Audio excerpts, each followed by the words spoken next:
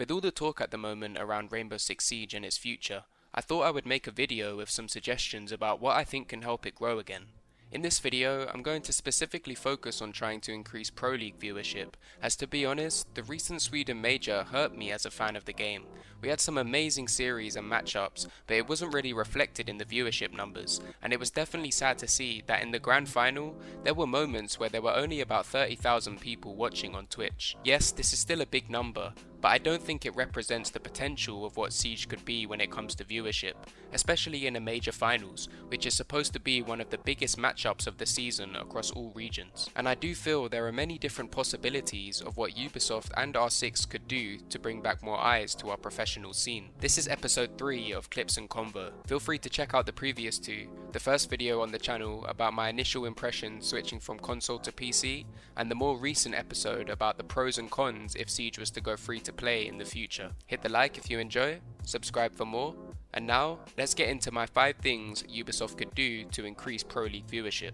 Okay, so point number 1. I feel like, especially on PC, the R6 developers really underutilize the news tab. They have a whole portion of the home screen that every single player who wants to play any type of game mode has to see before they head into a match. And instead of being really active with that tab when it comes to updating it regularly week to week throughout a season, we usually just see skin promotions, game updates, or collaborative projects with third-party companies. Right now while I'm making this, it's literally just the Vigil Elite and the Squad Finder app, which realistically is not good enough when it comes to trying to expose the content of this game, which apart from the actual player base, is the lifeline of Rainbow Six Siege. I have a few suggestions for this tab, which I'm going to break up into 2 separate points, but the first one would be using the tab to link or directly play live Pro League games. On PC, the tab could be used for a player to load up a live game, and although this wouldn't be possible on console, PlayStation and Xbox systems both come with YouTube already installed, and the R6 esports channel streams every tier 1 game there too, so I'm sure if they pushed for it,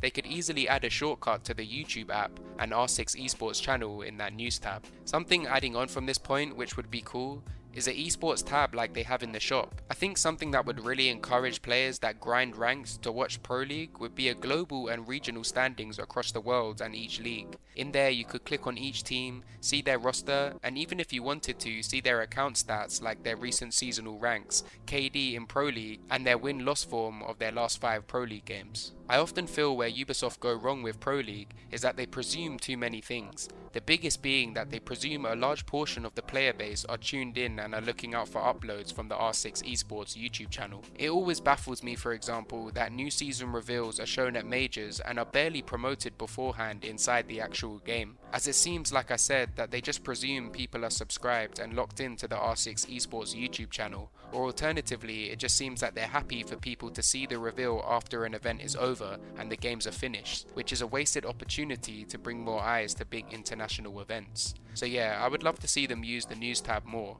I do have another suggestion for that tab, but we'll get into that in a bit. Next though, for point number 2, I want to talk about something many people have discussed as huge to the future life of Siege, which was Ubisoft's recent announcement of the 2022 Six Invitational having no crowds again, even though other esports are now starting to bring back fans to live events. Crowds add a certain type of glamour and shine to these majors and the Six Invitational specifically that we see every season. If you're a casual viewer who doesn't follow Pro League all throughout the year and maybe just catch the occasional LAN event, seeing a load of fans cheering and hyping up big plays just makes the stakes feel higher when watching, and I'm sure it's the same for the players at the event too. I definitely felt the level of atmosphere too when I watched my first R6 event with a buzzing crowd. A casual viewer might see a LAN event like the ones we've had this year where there's no one there apart from the talent, tech and players in the building, and they may misinterpret that the event isn't very important.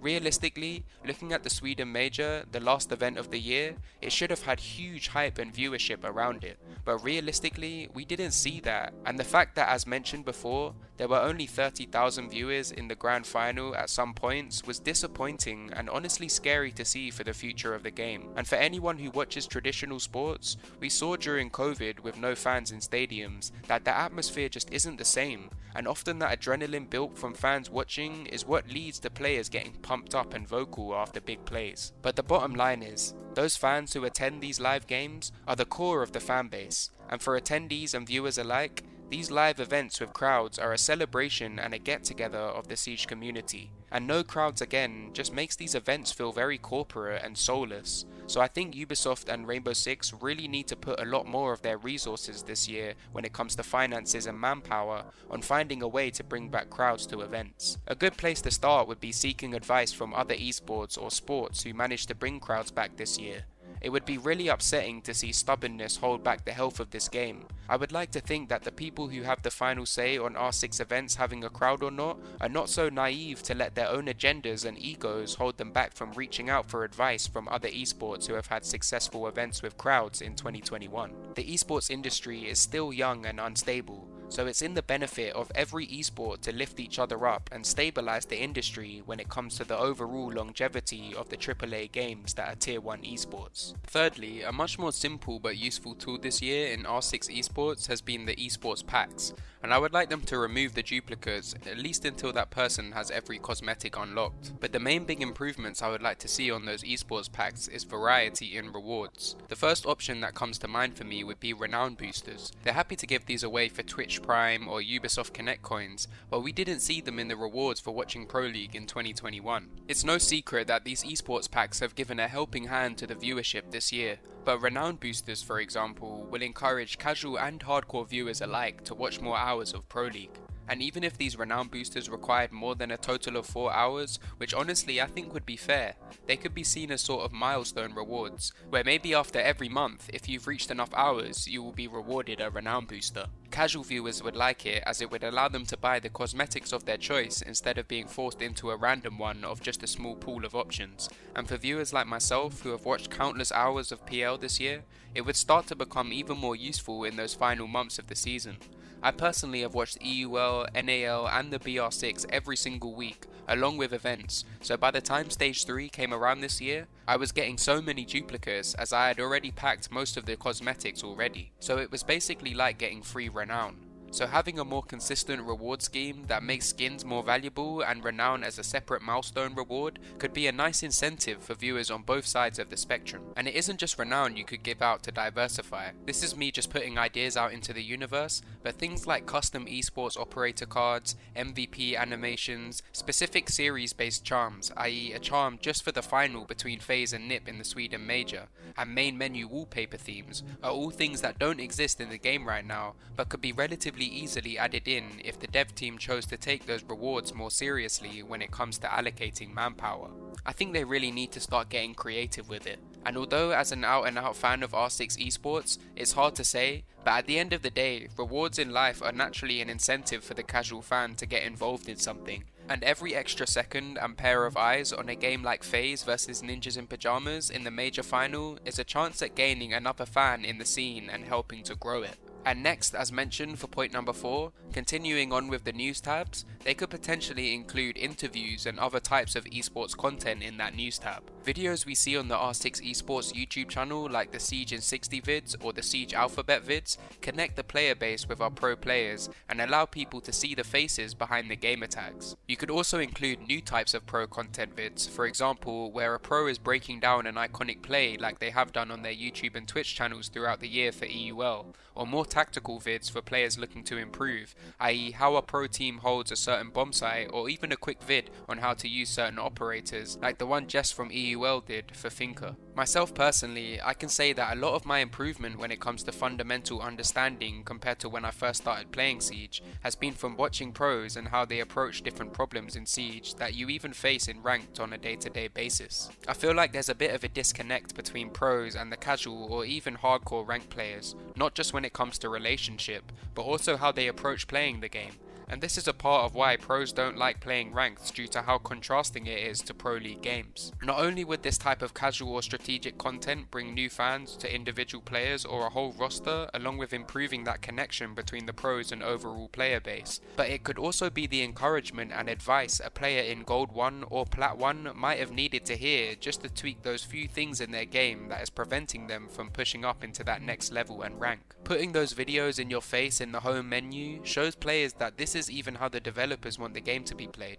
Coordination, teamwork and strategy. They talk about it all the time in their changes season to season, but we need to see more of it in the content they promote in-game and on their various channels. And for the fifth point, lastly but definitely not least, the marketing machine. Ubisoft need to invest more money in advertising campaigns, but they really need to be smart about how they use that marketing budget. Put those ads in the correct places with the right type of footage. Instead of just using those staged cinematic montages they make for free weekends or a new season, make ads based around the individual leagues. A good reference could be the Major and Six Invitational after movies. And make sure you invest enough money where these ads are frequent and are popping up over and over in people's ad breaks on YouTube and Twitch. Yes, repetitive ads as a viewer can be annoying, but honestly they are usually trash ads that are nothing to do with what the viewer is interested in.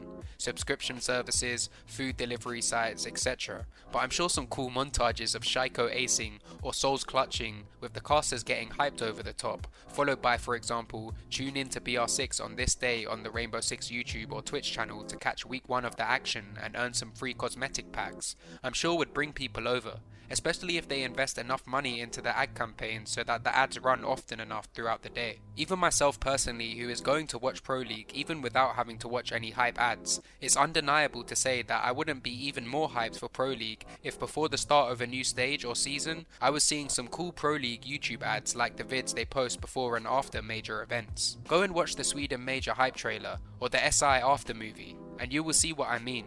And it's even easier for Ubisoft. They don't have to employ someone to make a fresh hype trailer, which I think they should do, by the way. They can just use those pre and post hype trailers and after movies and make them YouTube ads. Even that would be great to see, and reminds people of what they can come to tune into. It might cost a good chunk of change for Ubisoft, but for a multi-million-dollar corporation, it shouldn't be an issue. And at the end of the day, sometimes you have to financially invest in your product and then recoup that money back on the back end with game sales, skin sales, and so on. The bottom line is though, and rounding up the video as a whole, is do Ubisoft care enough to do things like the suggested ideas in this video? Siege is on a fine line right now between growing in the future with all the game changes, and on the other hand falling off as a popular game with all the issues still plaguing it, along with the decrease in interest and views in places like YouTube and Twitch. I love this game and there is no game like it, and Siege is in a really definitive moment in its lifespan right now. I feel like 5 years from now, we will either be looking back at this period of time saying that this is when Siege really kicked on and dragged itself back to the top,